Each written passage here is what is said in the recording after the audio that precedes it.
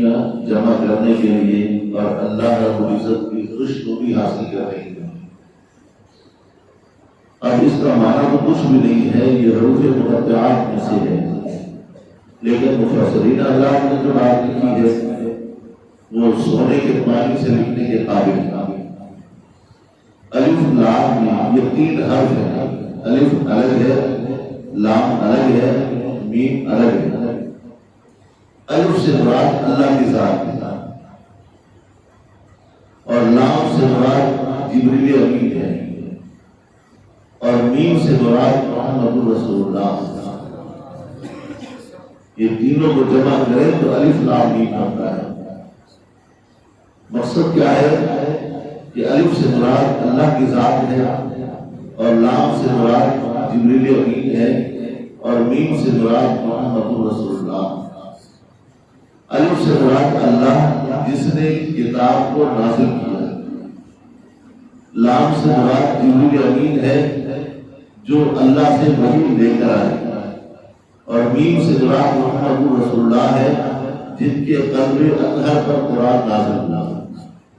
یہ ہے الف لام۔ اللہ بھیجنے والے، جبریل امین لانے والے اور محمد رسول اللہ پر نازل ہوا۔ الف بھی سچا، لام بھی سچا، میم بھی سچی۔ اب آپ دیکھیں جس رب نے قرآن کو نازل کیا، وَمَنْ أَصْدَقُ مِنَ اللَّهِ قِيلًا، اللہ سچے ہے۔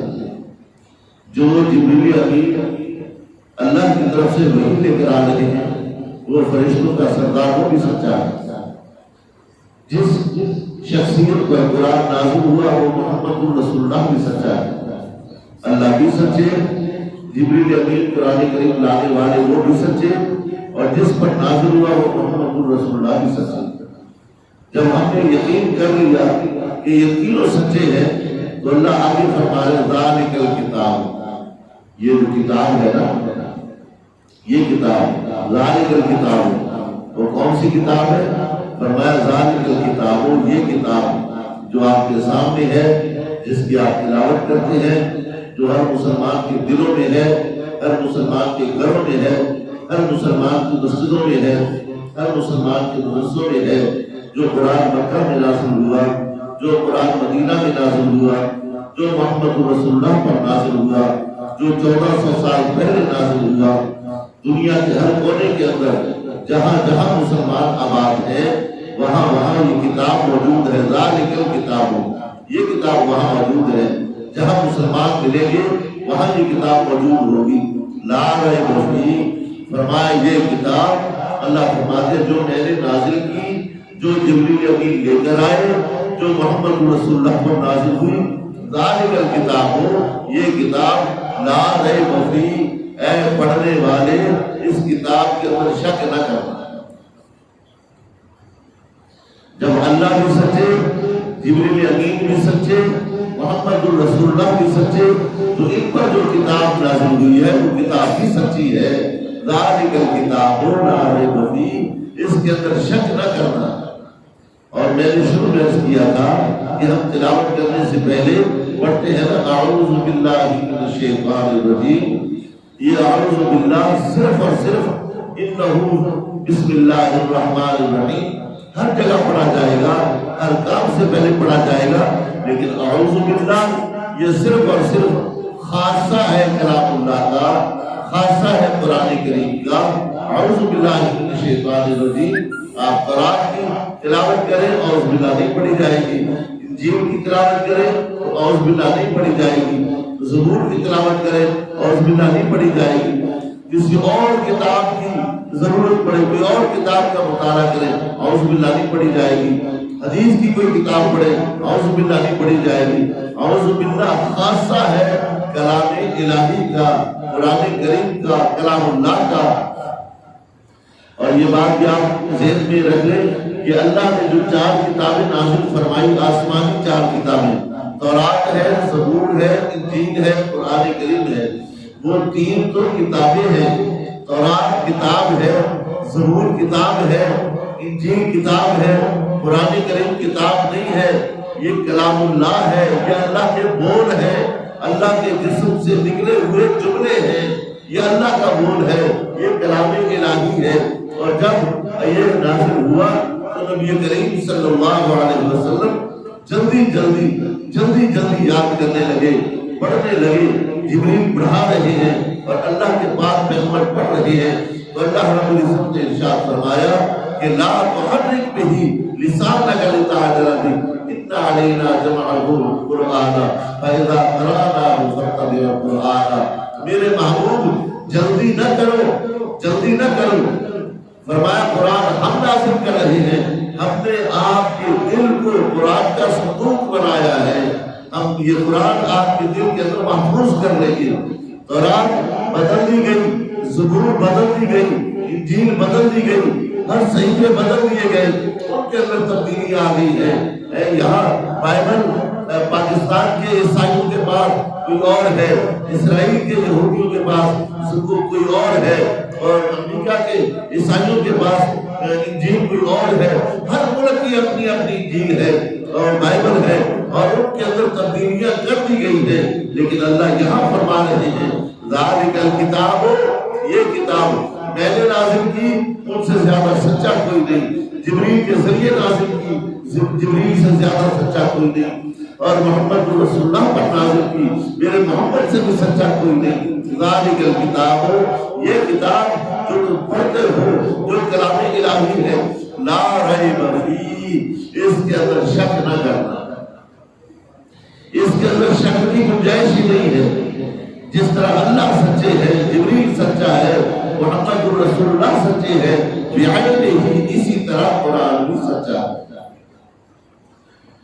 ہدی للمتقین، ہم نے دعا مانگی تھی نا اللہ رب العزت سے، پہلے اللہ کی تعریفیں کی، الحمدللہ رب العالمین الرحمن الرحیم، ساری تعریفیں کی، مالک یوم الدین یہ بھی تعریفیں کی، ایاک نعبد و ایاک نستعین۔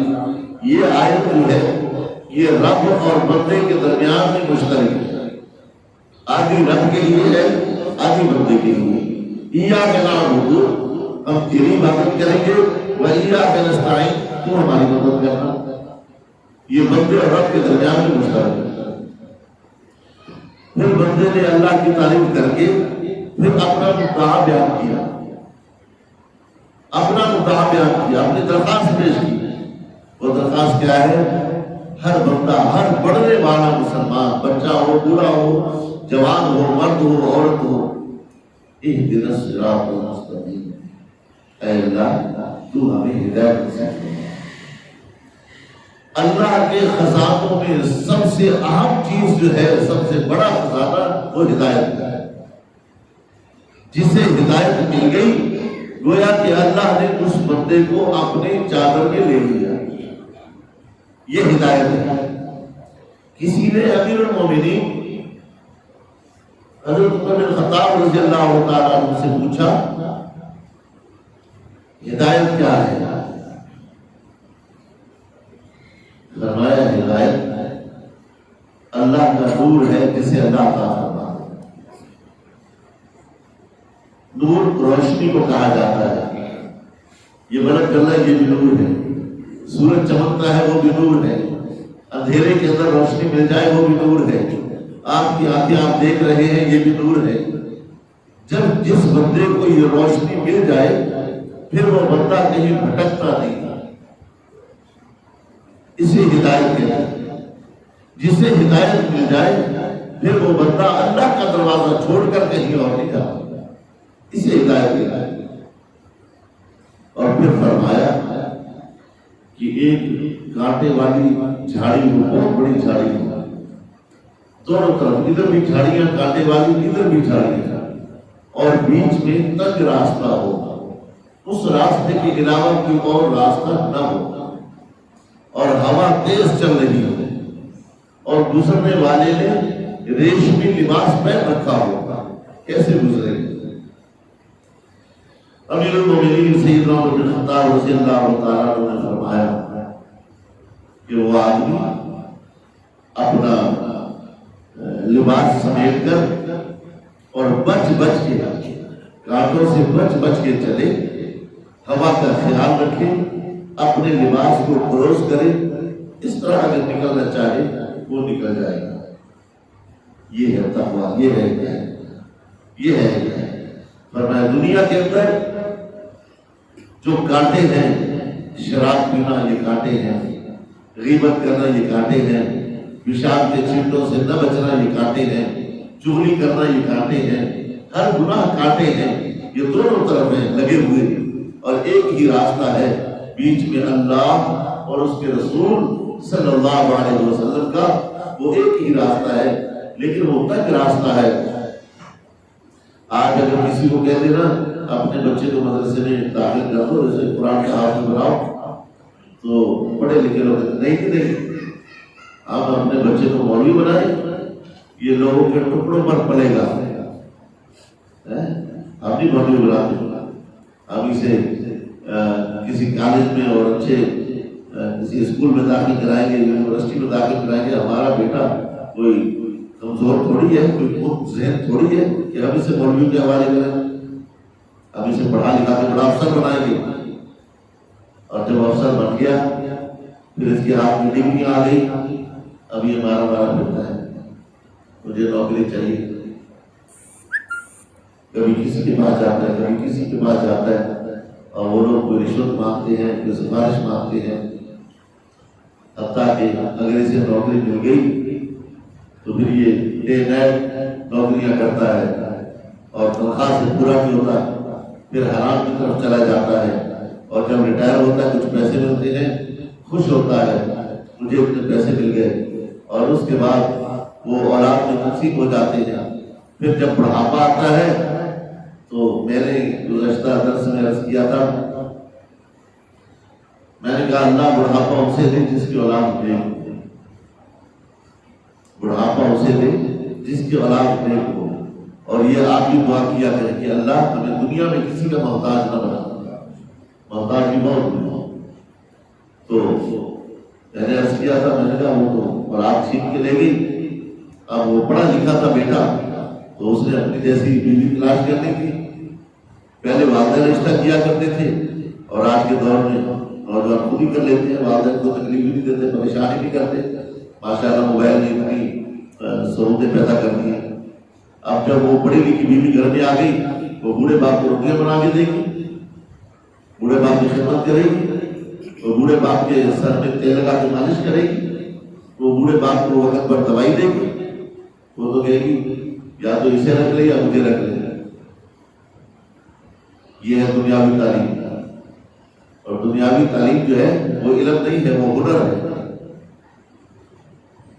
لوگ گریجویٹ بن گئے، لوگ بی ایس ایس پڑھ لی اور ڈگری حاصل کر لی، یہ جو دنیاوی تعلیم ہے یہ علم نہیں ہے، یہ ہنر ہے دنیا کمانے کا،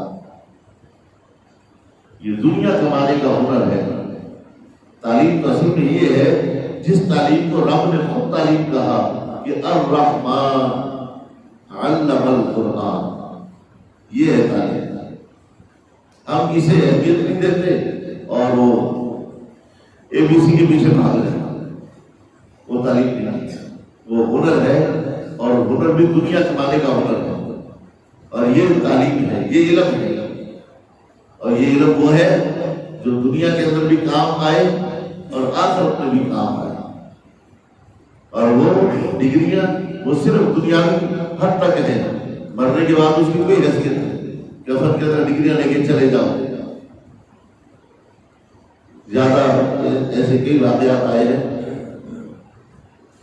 مرحوم عبدالستار کے تھے، اللہ اس کی مغفرت فرمائے، اللہ اچھی جگہ پر اس کو سکون دے، اس کی قبر کو جنت کا باغ بنائے۔ اس نے کہا کہ اسے کسی نے انٹرویو لیا، عبدالستار نے کہا میرے پاس لاوارث میتیں آتی تھی، لیکن ایک میت ایسی آئی جو چہرے سے بڑی خوبصورت، پورا ضعیف آدمی، سفید داڑھی، اور اس کی وضاحت سے اس کے چہرے سے لگا کہ کسی اچھے خاندان سے اس کا تعلق ہے۔ جو ہمارے ہاں میتیں وصول کرتے ہیں، میں نے اس کو بلایا، میں نے کہا یہ جہاں سے میت آئی ہے اس کا ایڈریس دو۔ ایڈریس دیا تو وہ کلفٹن سے آئی، ڈیفینس۔ مرحوم عبدالستار کہتے ہیں کہ میں ایڈریس لے کے وہاں پہنچا، جب میں وہاں بنگلے پر پہنچا تو بنگلے کے باہر گاڑی کھڑی ہوئی تھی، اس میں ایک لیڈیز بیٹھی ہوئی تھی، 2 ایک بچے تھے، اور ایک نوجوان بنگلے سے باہر نکلا. میں نے سلام دعا کی اور میرا چہرہ دیکھتے ہی وہ سمجھ گیا کہ یہ اب تو ستارے دی ہے. تو میں نے اس سے پوچھا کہ نوجوان، آپ کے والد فوت ہو گئے، ہمیں میت وصول ہوئی ہے، یہ نام ہے آپ کے والد صاحب کا؟ کہنے لگے وہ آپ کے والد کا. کہنے لگے میرے والد. تو کہنے لگے تو پھر آپ کہاں جا رہے ہیں؟ ہمارے پاس آ رہے تھے گاڑی میں بیٹھ. کہنے لگا نہیں، میری فلائٹ کا ٹائم ہے، میں جا رہا ہوں، بس پیسے چاہیے تو آپ پیسے لے لو، میرے باپ کو کہاں تھا خود ہی کہتے رہو، خود ہی جنازہ پڑھ لینا، یا اللہ کے گھر کے اندر بیٹھ کے کہہ. تو اب اس طرح یہ تھی کہنے لگی. میں نے اپنا ماتھا پکڑ لیا، سر پکڑ لیا، کیا کہہ رہے ہیں؟ اور اندر سے بیوی کہہ رہے جلدی کرو فلائٹ کا ٹائم ہو گیا. باپ کی میت وہاں پڑی ہے اور یہ بیوی کو لے کے باہر جا رہا ہے. کہتا میرے پاس ٹائم نہیں ہے کہ میں اپنے باپ کا جنازہ پڑھوں. یہ ہے دنیاوی تعلیم، یہ دنیاوی تعلیم ہے. اللہ اور دینی تعلیم.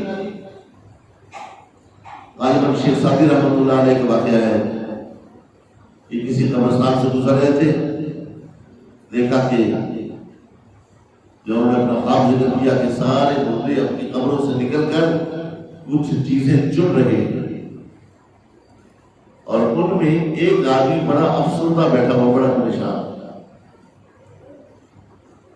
دن گزر گئے، کچھ عرصے کے بعد پھر میں نے یہ دیکھا کہ لوگ اپنی قبروں سے نکل کر کچھ چن رہے ہیں، اور پہلے وہ شخص جو پریشان تھا آج وہ سب سے زیادہ خوش ہے اور کچھ چن رہا ہے. میں نے اس سے پوچھا کہ تو آج بڑا خوش ہے اور یہ کیا اٹھا رہے تم زمین سے؟ وہ کہنے لگا کہ میں بہت گناہ گار ہوں، زندگی میں شاید میں نے کوئی نیکی نہیں کی. میری جب موت ہونے والی تھی تو میں نے اپنی بیوی سے کہا کہ اللہ تجھے بیٹا یا بیٹی دے، جب بچہ چلنے کے قابل ہو جائے تو تو مولوی صاحب کے حوالے کر دے. آج وہ پہلی دفعہ مسجد میں آیا اور پہلا سبق اس نے پڑھا بسم اللہ الرحمن الرحیم. اس سبق کے پڑھنے کی وجہ سے اللہ نے مجھے آج اتنا نواز دیا ہے کہ مجھ سے عذاب قبر ہٹا دیا ہے. یہ اس کی برکت ہے. دنیاوی تعلیم ٹھیک ہے حاصل کرو، لیکن دنیاوی تعلیم کو دین کے معاملے میں رکاوٹ نہ سمجھو، اس کو اس حد تک رکھو. اصل علم یہ ہے. اور دوسری بات آپ کو بتاؤں، اگر وہ علم ہوتا تو ہم اس کو سینے سے لگاتے ہیں. اگر وہ علم ہوتا ہم سینے سے لگاتے ہیں. دنیاوی علوم جو ہے وہ الجبرا ہو، وہ جغرافیہ ہو، وہ انجینئرنگ ہو، وہ کوئی بھی ہو، ہم اس کو رکھتے ہیں پشت پر، اس کو پشت پہ رکھتے ہیں. قرآن کریم ہو، 5 سپارہ ہو، سورہ یاسین ہو، نورانی قاعدہ ہو، اما پارہ ہو، کیا ہم اس کو بھی پشت پہ رکھتے ہیں؟ اس کو لگاتے ہیں ہم سینے پر، اس کو ہم سینے پر لگاتے ہیں. علم ہمیشہ سینے میں ہوتا ہے. الم نشرح لک صدرک ووضعنا عنک وزرک. علم سے سینہ روشن ہوتا ہے. یہ علم ہے.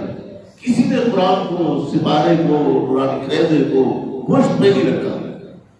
تیسری بات، آپ یہاں سے گزرتے جا رہے ہیں کسی گلی سے، آپ کو قرآن کریم کے ورق کا کچھ حصہ ملا نیچے گرا ہوا، جس پر قرآن کریم کی کوئی آیت لکھی ہو یا کچھ نہیں تو کم از کم بسم اللہ لکھی ہوئی ہو. آپ نے دیکھ لیا کہ آپ گزر جائیں گے اس طرح.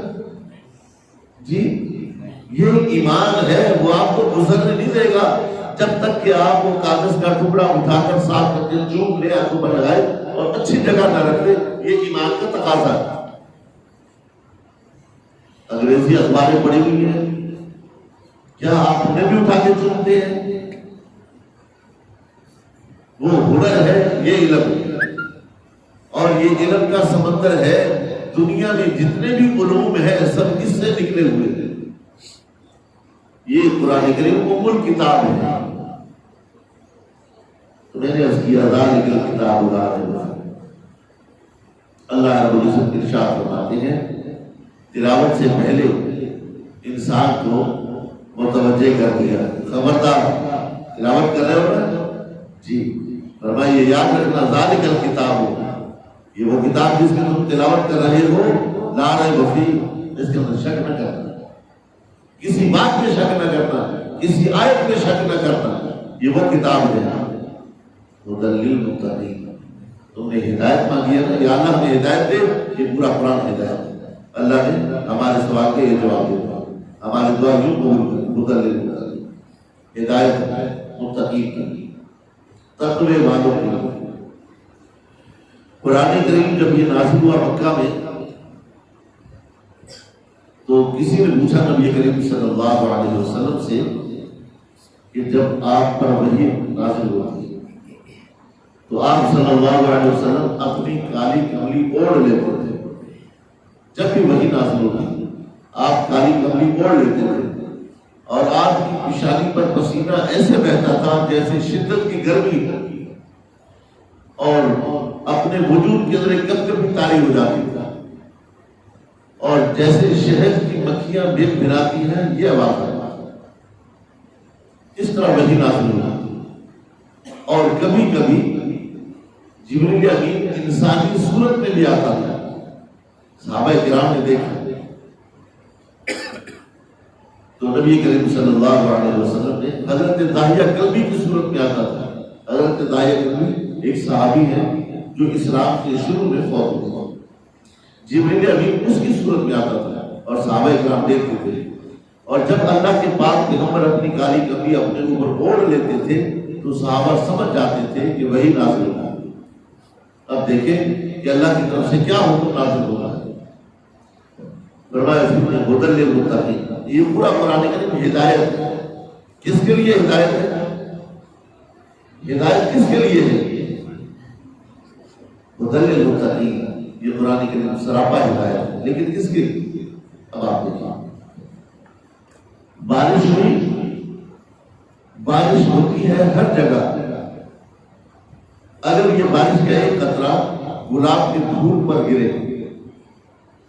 تو وہ شبنم کہلاتا ہے، اور یہی بارش کا قطرہ کچری کنڈی پر گرے تو بدبو کہلاتی ہے، یہی بارش کا قطرہ سبی کے منہ میں گرے، سبی کے منہ میں گرے تو جوہر اور موتی کہلاتا ہے، سانپ کے منہ میں گرے تو زہر کہلاتا ہے۔ ہوتی بارش ہے ایک ہی جگہ سے آتی ہے، ظرف اپنا اپنا ہے۔ اس قرآن کو نازل ہوتے ہوئے ابو بکر نے بھی دیکھا، ابو جہل نے بھی دیکھا، اس قرآن کو نازل ہوتے ہوئے ابو لہب نے بھی دیکھا، بلال نے بھی دیکھا، لیکن ہدایت جیسے میں کہا کرتا ہوں کہ ہدایت انسان کے اپنے اختیار میں نہیں کہ میں ہدایت پا جاؤں، ہدایت لے لوں، یہ اللہ کے اختیار میں ہے، اللہ جسے چاہے ہدایت دے۔ ھدی للمتقین، تو فرمایا ہدایت تقویٰ والوں کے لیے ہے، متقین کے لیے، جس کے اندر طلب ہو۔ اب میرے اندر طلب ہی نہیں تو مجھے کیسے ہدایت ملے گی؟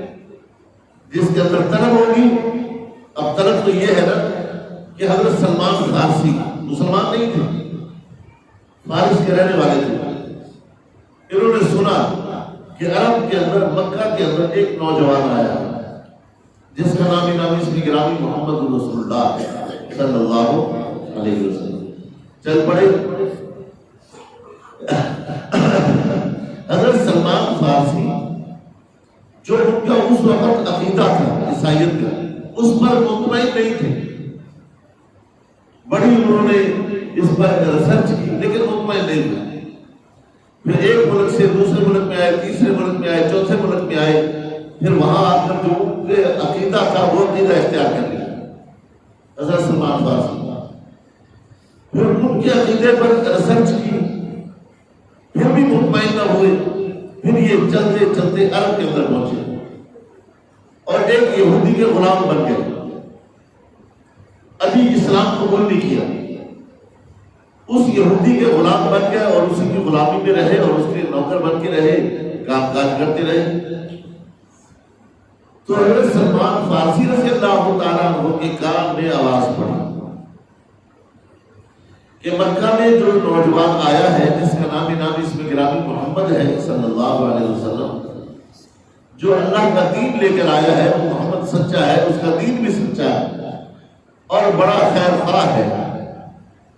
اچھا، حضرت سلمان فارسی نے کسی کے ذریعے سے ملاقات کرتے کرتے اللہ کے پاس پیغمبر کے پاس پہنچے، دیکھا وہ اسلام قبول کر لیا۔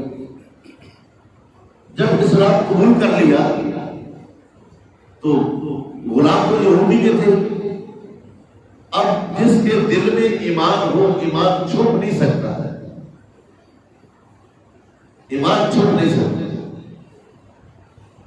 یہودی کو پتا چلا، اس نے ظلم و تشدد کرنا شروع کر دیا، تو حضرت سلمان فارسی رضی اللہ تعالیٰ عنہ نبی کریم صلی اللہ علیہ وسلم سے فرماتے ہیں میرا مالک یہودی ہے، میں کلمہ پڑھ کر مسلمان ہو چکا ہوں، وہ میرے اوپر بڑا ظلم و تشدد کرتا ہے، اللہ کے نبی کچھ کرے۔ نبی کریم صلی اللہ علیہ وسلم نے فرمایا ٹھیک ہے، اس یہودی سے ملاقات میں تم اسے بیچ دو۔ اس دور میں غلام اور باندیاں، مرد اور عورتیں اس طرح بکا کرتے تھے جس طرح آج بھیڑ بکریاں بکتی ہیں۔ بیچ دو، آسان کر دو اسے، بولو کیا چاہیے۔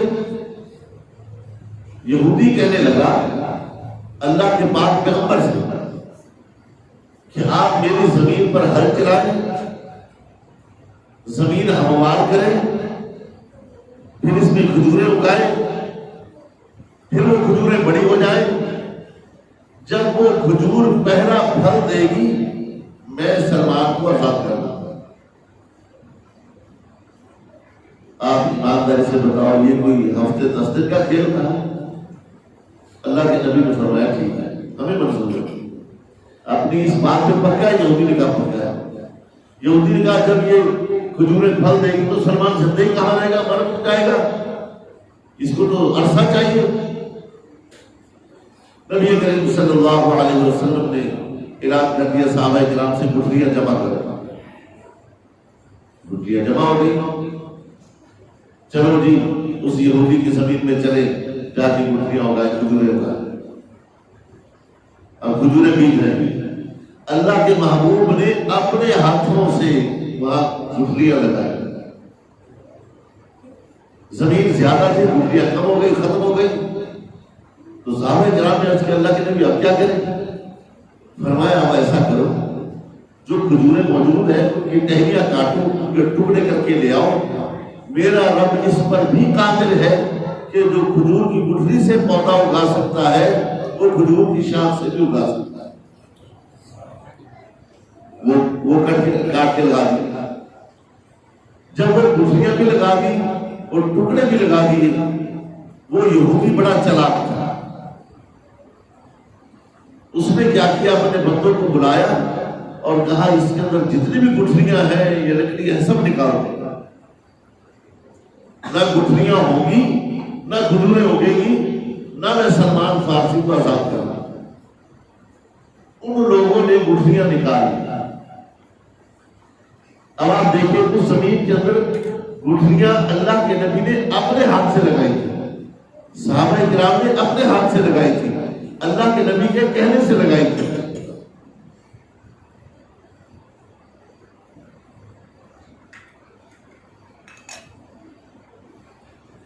یہودی نے وہ گٹھلیاں نکال لی۔ اب یہاں اپنے ذہن کو حاضر رکھیں، میرا اور آپ کا عقیدہ یہ ہے کہ اللہ مالک الملک ہے، وہ جو چاہے کر سکتا ہے، اور یہودی کا عقیدہ تھا گٹھلی ہوگی تو کھجور کا پودا اٹھے گا، کھجور نہیں ہوگی، گٹھلی نہیں ہوگی تو کھجور نہیں اٹھے گی، یہ اس کا عقیدہ تھا۔ یہ بات اللہ کے نبی کو پہنچی کہ اس یہودی نے تو ساری گٹھلیاں نکال دی۔ اللہ کے نبی اس سے لڑنے نہیں گئے، اس سے سوال جواب نہیں کیا، ہم جیسے ان سے لڑتے نہ جاتے اس سے، جب ہم نے گٹھلیاں لگائی تو انہوں نے نکال دی۔ اللہ کے نبی نے فرمایا گٹھلیاں نکال دی اس نے، یہ اس کا عقیدہ تھا کہ گٹھلیاں لگاؤں گا تو کھجور اگے گی، اور ہمارا عقیدہ تو ہے وہ بغیر گٹھلیوں کے بھی اگا سکتا ہے۔ یہودی تو گٹھلیاں لے کے چلے گئے، زمین خالی کر گئے، اور کملی والے نے یوں ہاتھ اٹھائے، سبحان اللہ۔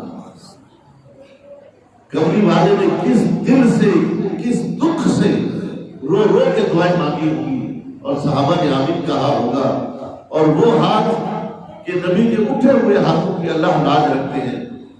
تو میرے پاک پیغمبر نے فرمایا اللہ تو گٹھلیوں کا محتاج نہیں ہے، تو یہاں کھجوروں کے درخت اگانا چاہے تو گٹھلیوں کا محتاج نہیں ہے، اللہ کو بغیر گٹھلیوں کے اگا دے،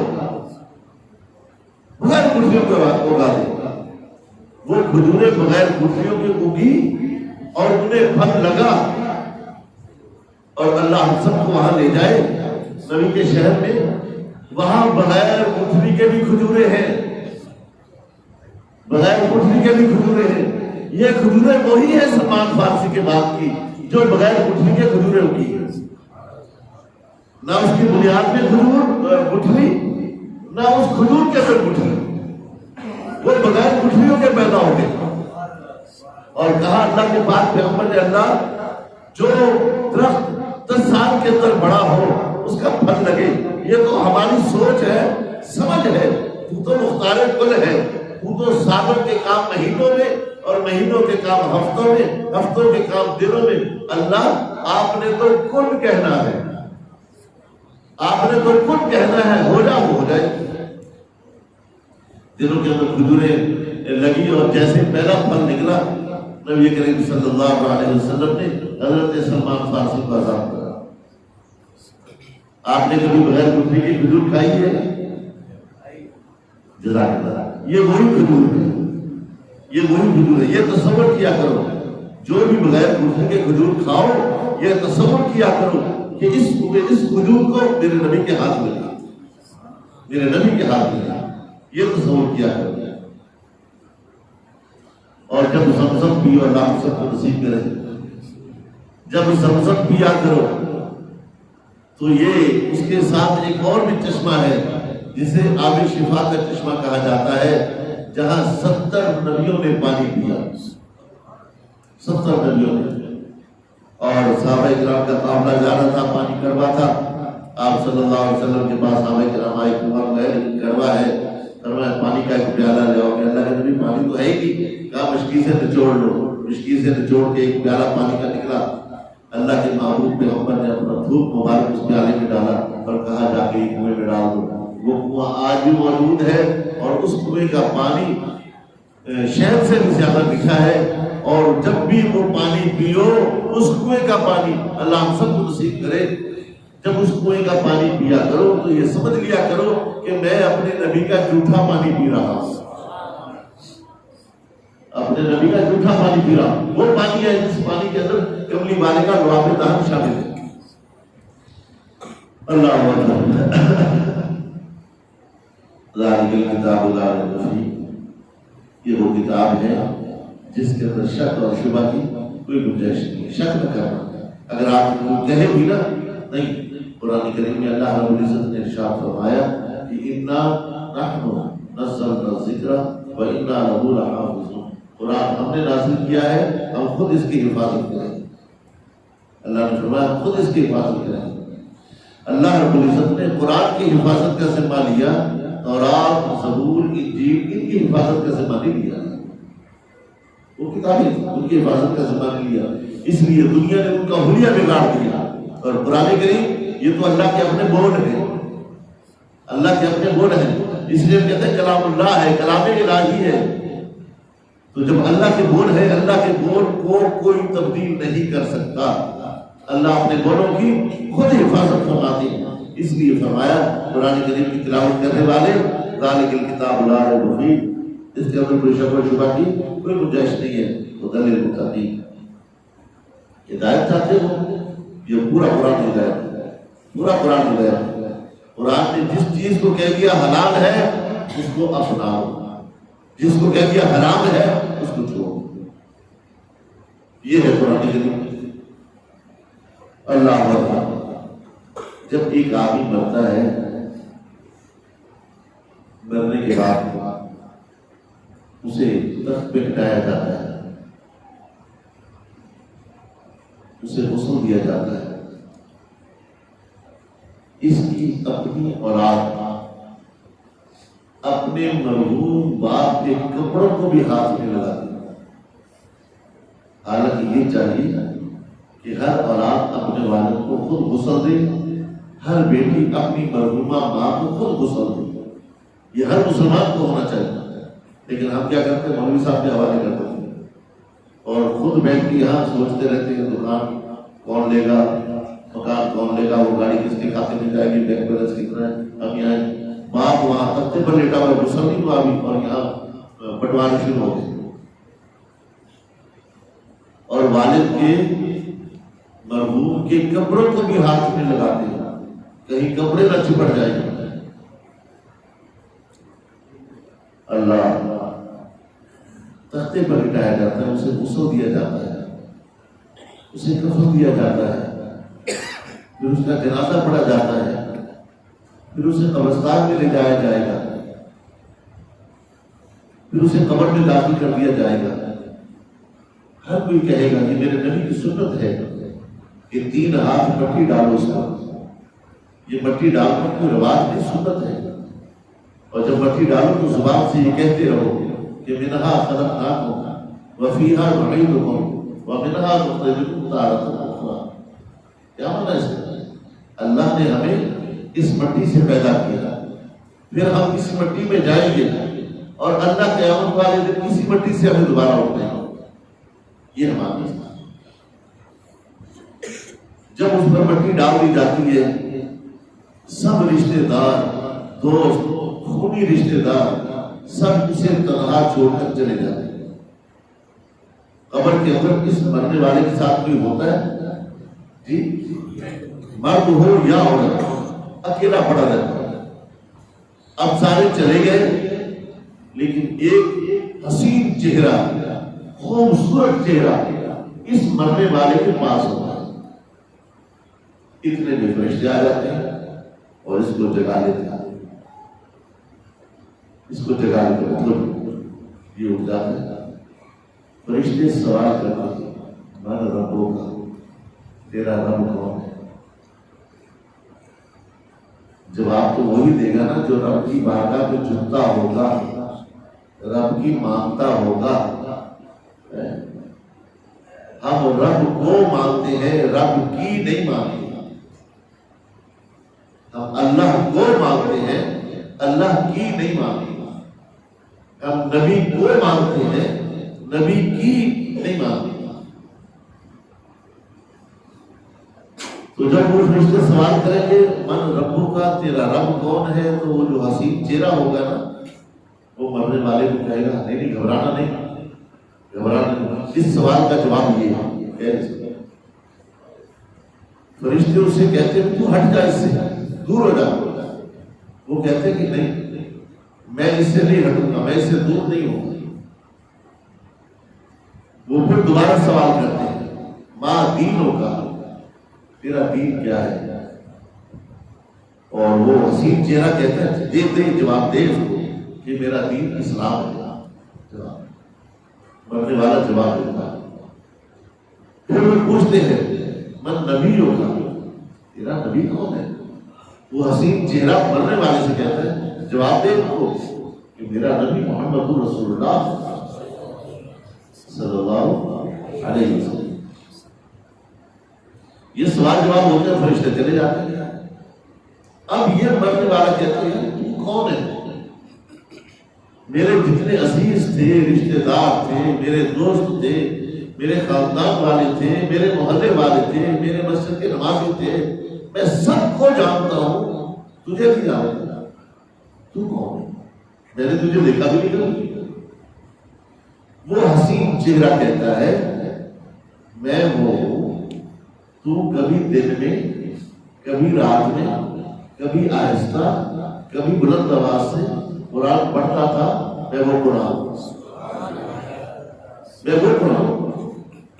اور اللہ نے مجھے تیرے ساتھ ایسا لگایا ہے جب تک میں تجھے جنت میں داخل نہ کروا دوں میں تجھ سے الگ نہیں ہوگا۔ اب اندازہ کرو قرآن کیسا وفادار دوست ہے، قرآن کتنا وفادار دوست ہے۔ وفادار دوست وہ ہوتا ہے نا جو مصیبت کے وقت کام آئے، پریشانی کے وقت کام آئے۔ جب سارے رشتے ناطے ٹوٹ جائیں گے، سب پیچھے ہٹ جائیں گے، کوئی کام نہیں آئے گا، قرآن اس وقت کام آئے گا۔ تو جب قرآن وہاں کام آئے گا تو ہم قرآن سے دوستی کیوں نہ لگائیں؟ ہمیں چاہیے نا۔ اور میرے نوجوان بھائیوں، آج موبائل نے ہمیں قرآن سے دور کر دیا ہے۔ ایک دور تھا، ایک وقت تھا، فجر کی نماز کے بعد ہر گھر سے قرآن پاک پڑھنے کی آواز آتی۔ میری مائیں بہنیں گھر کے اندر تلاوت کرتی تھی اور برکت ہوتی تھی۔ ہر گھر کے اندر قرآن کی تلاوت ہوتی تھی، جہاں قرآن کی تلاوت ہو وہاں برکتیں آتی ہیں۔ اور آج آپ کھلتے ہی موبائل اٹھا لیتے، ابتدائی موبائل سے انتہائی موبائل پر ہم نے قرآن کو چھوڑ دیا، تو کیوں نہ پریشان ہو؟ ہر گھر پریشان ہے، ہر شخص پریشان ہے، بڑا چھوٹا پریشان ہے۔ تو کیا میں اور آپ یہ امید رکھیں کہ قرآن کریم قبر کے اندر ہمارے ساتھ جائے گا؟ جب ہم نے کھول کے نہیں دیکھا، پڑھ کے نہیں دیکھا، اس پر عمل نہیں کیا، سارے دوستوں میں بے وفائی ہے۔ قرآن وفادار دوست ہے، قرآن وفادار دوست ہے، اس سے دوستی لگاؤ۔ روزانہ ایک سپارہ نہیں، آدھا سپارہ نہیں، ایک پاؤ نہیں، تو کم از کم قرآن پاک کھول کے ایک دو رکوع ہی پڑھ لیا کرو۔ اور جو شخص قرآن کریم کی تلاوت بلا داغا کرتا ہے، زیادہ کرتا ہے، اس کی آنکھوں کی روشنی بڑھتی رہتی ہے، کم نہیں ہوتی، کم نہیں ہوتی۔ اور جو چیز دل میں اور دماغ میں چھا جائے تو مرتے وقت بھی پھر وہی نصیب ہوتی ہے۔ ایک مولانا تھے عبدالکریم شاہ صاحب رحمۃ اللہ علیہ، رمضان کا مہینہ وہ اپنی بیٹی کو قرآن پاک کی مشق کرا رہے تھے، قرآن سے بڑا عشق تھا ان کا۔ سورہ 3 کی بندی نے وسیعتوں میں تم نے سیکھی، میرا حال کیا۔ افطاری کی تیاری ہو گئی، پھل کاٹ لیا، گھر والے واپس ہو کے دسترخوان پہ بیٹھ گئے، یہ 4 بھائی پر بیٹھ کر اپنی بیٹی کو سورہ 3 کی مشق کرا رہے تھے۔ ادھر سے اذان آئی، اللہ اکبر اللہ اکبر، وہاں روزہ افطار ہوا، یہاں ان کی روح پاس ہوا، بالکل خیریت سے ٹھیک ٹھاک، نہ سر میں درد نہ بخار، کچھ نہیں۔ قرآن پڑھتے پڑھتے عین افطاری کے وقت روح پرواز ہوا۔ اور میں نے عرض کیا تھا نا کہ نیک آدمی کی روح، نیک آدمی کی روح یوں نکلتی ہے جیسے مکھن سے بال نکال گئے، اور گناہگار کی جیسے کانٹوں والی جھاڑیوں پر ریشمی چادر ڈال دی گئی ہو اور اسے پکڑ کے کھینچ لیا گیا، جس طرح وہ چادر تار تار ہو جائے گی، اس طرح اس کے جسم کے جوڑ جوڑ کو توڑ دیا جائے گا۔ اللہ اکبر۔ ہدی للمتقین، قرآن کریم ہدایت ہے، ہمیں چاہیے کہ قرآن کریم کے ساتھ محبت رکھیں، اس کی تلاوت کریں، اسے دیکھ لیا کریں۔ جو قرآن کریم پڑھے ہوئے نہیں تو انہیں کوشش کرنی چاہیے کہ قرآن کریم کی تلاوت کریں، لیکن کیسے کریں؟ جیسے پچھلے دور میں کیا کرتے تھے، نہ غنہ ہے، نہ مد ہے، نہ تلفظ کی ادائیگی ہے، کم از کم اس کے جیسے ایسے قرآن پڑھے جیسے قرآن کریم کے پڑھنے کا حق ہے۔ کسی مستند قاری سے، کسی مستند حافظ سے تلفظ کی ادائیگی کے ساتھ، قرأت کے ساتھ تلاوت کرنا۔ اب کوئی تلاوت نہیں کیا ہوا لیکن میری عمر اتنی ہو گئی، اسے چاہیے کہ قرآن کریم کھول لے اور ہر سطر پر انگلی یوں پھیرے، ہر سطر پر انگلی یوں پھیرے۔ ایک بزرگ کا واقعہ لکھا، بہت لمبا واقعہ ہے۔ وہ ہر سطر پر انگلی پھیرتے تھے اور کہتے تھے، اے اللہ تو نے اس میں سچ فرمایا، اے اللہ تو نے اس میں سچ فرمایا، اے اللہ تو نے اس میں سچ فرمایا۔ ہر سطر پر انگلی پھیرتے اور یہ جملہ کہتے جاتے تھے، اے اللہ تو نے سچ فرمایا، اے اللہ اس میں تو نے سچ فرمایا۔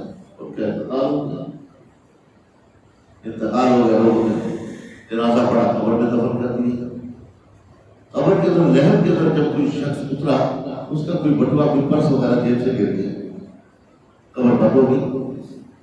اب وہ اس کو خیال آیا تو گھر والوں سے کہنے لگا کہ اگر اجازت دو تو میں میرے کاغذات ہیں، بہت اہم کاغذات ہیں، اگر اجازت تو میں وہ نکال لوں۔ اور جس کا پرس گرا تھا وہ بھی اپنے دور کا صوفی تھا، کبھی نکال دو۔ اس نے جیسے مٹی کھولی تو قبر کو دیکھا، اندر سے گلاب کے پھولوں سے بھری پڑی خوشبو رہا۔ یہ تو حافظ بھی نہیں تھا، یہ تو عالم بھی نہیں تھا، یہ تو کوئی ولی اللہ بھی نہیں تھا، ابھی چند گھنٹے پہلے ہم دفن کر کے گئے ہیں، گلاب کے پھولوں سے قبر بھر گئی اور خوشبو آ رہی ہے۔ گھر والوں سے جا کے پوچھا اس کا کوئی عمل؟ کہنے کے بس عمل یہی تھا کہ جب بھی قرآن پاک کھولتا تھا ہر سطر پر انگلی پھیرتا تھا اور یہ کہتا تھا اے اللہ اس میں تو نے سچ فرمایا، اے اللہ اس میں تو نے سچ فرمایا، اے اللہ اس میں تو نے سچ فرمایا۔ یہی ادا اللہ کو پسند ہے۔ ہدی للمتقین، قرآن کریم ہدایت ہے متقین کے لیے۔ جیسے میں نے عرض کیا ابو بکر بھی وہی تھے، ابو جہل بھی وہی تھے۔ ابو بکر میں طلب تھی، ابو جہل میں طلب نہیں تھی، ابو لہب میں طلب نہیں تھی، یہ طلب والوں کو ملتی ہے۔ الذین یؤمنون بالغیب، وہ لوگ جو ایمان لائے غیب پر، ویقیمون الصلاۃ ومما رزقناہم ينفقون۔ وہ کون لوگ ہیں جو غیب پر ایمان لائے؟ ہم ہیں وہ لوگ، ہم ہیں کیونکہ ہم نے اللہ کو نہیں دیکھا لیکن ایمان لیا کہ اللہ وحدہ لا شریک ہے۔ ہم نے نبی کو نہیں دیکھا لیکن ایمان لیا ہے۔ ہم نے قرآن کو نازل ہوتے ہوئے نہیں دیکھا لیکن ایمان لیا ہے۔ اسی طرح ہم نے نبی کے معجزات کو نہیں دیکھا لیکن ایمان لیا ہے۔ الذین یؤمنون بالغیب، وہ لوگ جو ایمان لائے غیب پر، بن دیکھے، بغیر دیکھے ایمان لائے۔ ویقیمون الصلاۃ، اور انہوں نے نماز قائم کی، نماز پابندی سے پڑھتے رہے۔ اور مجھے خوشی ہو رہی ہے کہ ماشاءاللہ ہمارے اس محلے کے کچھ نوجوان پکے نمازی ہو گئے ماشاءاللہ۔ میری کوشش ہے کہ اللہ کرے ہر گھر سے جتنے بھی نوجوان ہیں وہ پکے نمازی ہو گئے۔ اللہ کے ہمیں برکت دے۔ وَمِمَّا رَزَقْنَاهُمْ يُنْفِقُونَ، ایمان بھی لائے غیب پر، بن دیکھے، اور نماز بھی قائم کی اور اللہ کے راستے میں خرچ کرتے رہے۔ یہاں ایک بات کہہ دوں، اللہ کے راستے میں خرچ کرنا، آپ سے کسی نے دعا مانگی، صدا بلند کی، اللہ کے نام پر خیرات دینا، آپ نے دے دی، اچھی بات ہے۔ اگر کسی نے کہا نصر اللہ نیاز حسین، آپ اسے نہ دو، چاہے وہ بھوک کی وجہ سے مر جائے، آپ اسے خیرات کرا۔ اگر کسی نے کہا دے مدینے والے کے نام پر، آپ نہ۔ کسی نے کہا دے اللہ اور اس کے رسول کے نام پر، آپ نہ۔ وہ بھوکے مر رہے تو مر رہے تو، جو صرف یہ کہے دے اللہ کے نام پر، اسے دے۔ کیوں؟ اللہ اپنی ذات اور صفات میں وحدہ لا شریک ہے۔ اللہ اپنے ساتھ کسی کو شریک برداشت نہیں کرتا۔ اسی طرح آپ نے کہا، اس نے مانگنے والے نے کہہ دیا دے نصر اللہ نیاز حسین، آپ نے اسے خیرات دے دی، تو گویا کہ آپ نے اللہ کے ساتھ اس کو شریک کر دیا۔ اللہ اور اس کے رسول کے نام پر دے نہیں۔ یہ مال سارا دیا ہوا کس کا ہے؟ یہ جان کس کی ہے؟ فرمایا قل ان صلاتی و نسکی و محیای و مماتی للہ، میری زندگی، میری موت، میرا مرنا، میرا جینا، میرا رکوع، میرا سجدہ، میری عبادت، میری نمازیں کس کے لیے؟ ایک اللہ کے لیے۔ جو اللہ ہمیں دے رہا ہے، یہ میں نے پہلے بھی عرض کیا تھا، اللہ نے خالص ہمیں دیا، اناج ہے، ترکاریاں ہیں، پھل ہے، اللہ کی ہر نعمت خالص ہے ہمارے لیے، تو اللہ بھی ہم سے خالص عبادت مانگتا ہے، ملاوٹ والی۔ اس لیے اور یہ بھی دیکھ لیا کرو کہ آپ مستحق بھی ہے کہ نہیں، کہیں ایسا تو نہیں کہ وہ اللہ کے نام پر تو مانگ رہے ہیں لیکن یہ پیسے لے کے پھر پڑیا لے کر جاتے ہیں۔ یہ ہفتہ بھی نہیں ہوا، ایک فقیر کا ایکسیڈنٹ ہو گیا، ہاسپٹل میں لے گئے، لاکھوں روپے اس کے بعد چہرے سے نکلے، گڈیاں بڑی ہوئی۔ اگر کسی کے پاس نکلے پائے، فقیر ہم سے بھی امیر ہے ماشاءاللہ۔ آپ اللہ کے راستے میں خرچ کریں، وَمِمَّا رَزَقْنَاهُمْ يُنْفِقُونَ، اللہ کے راستے میں خرچ کرنے سے کم نہیں ہوتا۔ اور خرچ کرنے کے لیے بہت ساری جگہ ہیں، بہت ساری جگہ ہیں۔ ایک بیمار آدمی ہے، اس کے پاس دوائی کے لیے پیسے نہیں ہیں، آپ اسے دوائی لے کے دیں۔ ایک مسافر ہے، اس کے پاس ٹکٹ کے پیسے نہیں، ٹکٹ لے کے دے دیں، مدارس میں دے دیں، مساجد میں دے دیں، محلے میں دیکھنے کو مستحق ہے اسے دے دیں۔ وَمِمَّا رَزَقْنَاهُمْ يُنْفِقُونَ وَالَّذِينَ يُؤْمِنُونَ بِمَا أُنزِلَ إِلَيْكَ وَمَا أُنزِلَ مِن قَبْلِكَ وَبِالْآخِرَةِ هُمْ يُوقِنُونَ۔ اللہ عمل کی توفیق۔ کسی نے کوئی بات پوچھ لو۔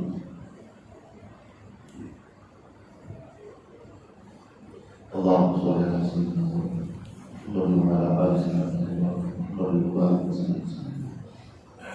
ربنا آتنا في الدنيا حسنة وفي الآخرة حسنة وقنا عذاب النار۔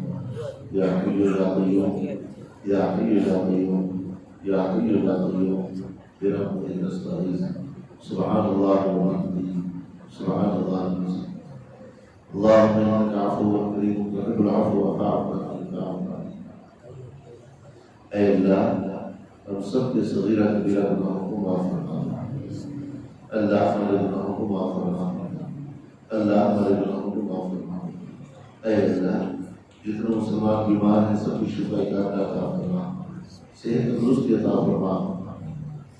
جتنے مسلمان اس دنیا سے جا چکے ہیں اللہ کی مغفرت فرما، ان کی بخشش فرما۔ یونس بھائی کی بیوی کا انتقال ہو گیا ہے، اللہ ان کی قبر کو جنت کا باغ بنا، انہیں کروٹ کروٹ چین سکون نصیب فرما۔